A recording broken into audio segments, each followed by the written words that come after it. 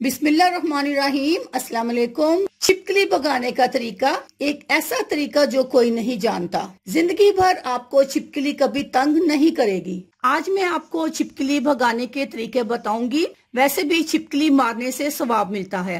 गर्मियों में जो चीज सबसे ज्यादा दीवारों पर नजर आती है वो है छिपकली। ये एक बहुत बड़े मसले का नाम है। खवातीन तो इन छिपकलियों से बहुत डरती हैं। बाज तो इनको देखते ही चीखे मारना शुरू कर देती हैं। इनको देखते ही एक अजीब सी कराहियत होती है और अगर ये किचन में आ जाएं या किसी बर्तन पर गिर जाएं तो वो मकरूह हो जाता है। आज मैं आपको 2 टोटके बताऊंगी जो आपकी छिपकलियों से जान छुड़ा देंगे। ये बहुत सस्ते और आसान से घरेलू टोटके हैं और छिपकलियां आपके घर से भाग जाएंगी। ये बेहतरीन टोटके कौन से हैं ये मैं आपको अपनी इस वीडियो में बताऊंगी। तो चले वीडियो को स्टार्ट करते हैं। सबसे पहले जो टोटका है, एक बेकार सा बाउल ले लें, यानी कि ऐसा बर्तन जो घर में इस्तेमाल नहीं होता। इसमें आप 350 ml पानी भर लें। इसमें हमें ज्यादा पानी नहीं चाहिए। फिर इस पानी में 1 चम्मच काली मिर्च पाउडर डालें। उसके बाद इसमें 1 से 1.5 चम्मच सुर्ख मिर्च पाउडर का डाल दें। इसको अच्छी तरह आप मिक्स कर लें। ये कोई खाने की चीज नहीं तैयार हो रही, बल्कि